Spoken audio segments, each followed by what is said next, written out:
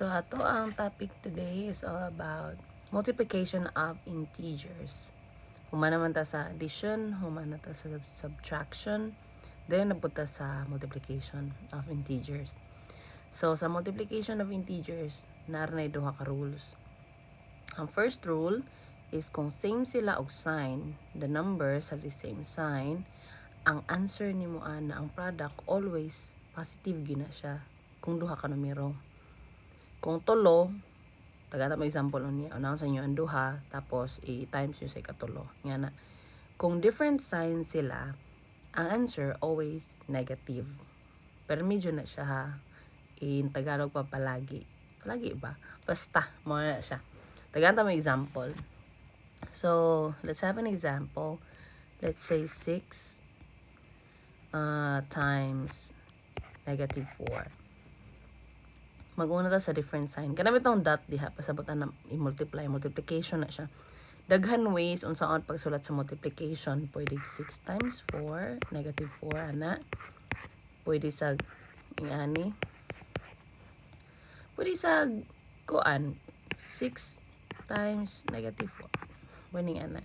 So, daghan siya ways unsaon pagsulat. So, stick lang taning dot. Okay? Sige. So, 6 times negative 4. Kaning duha ka numero, 6 o negative 4, different ilahang mga sign. Kay kaning 6 positive man na, yang kanang 4 negative man na siya. So, follow ta ani ikaduha nga rule nga different sign, always negative. So, imo rin na i-times ang 6 og 4. 6 times 4 is 24. And, ayun man sa rule nga always negative ang resulta, ang product. So, putan to negative sign. So, the answer is negative 24. Wala siya. Arita sa first rule, kaning same sign. For example, 10 times, gamit ang times, 5.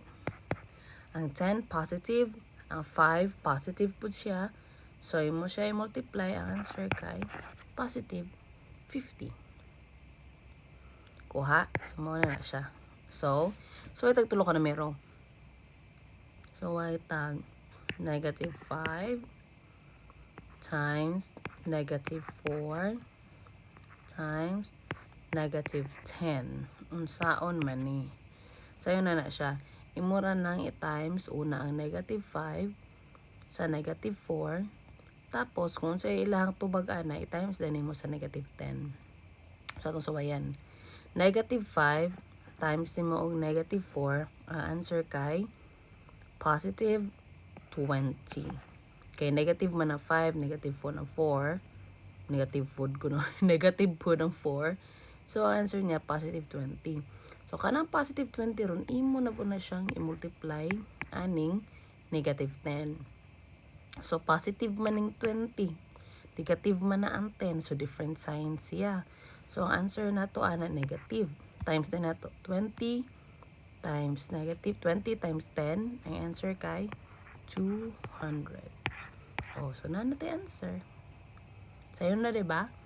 Okay, thank you mga chikiting, and see you in my next video. Bye!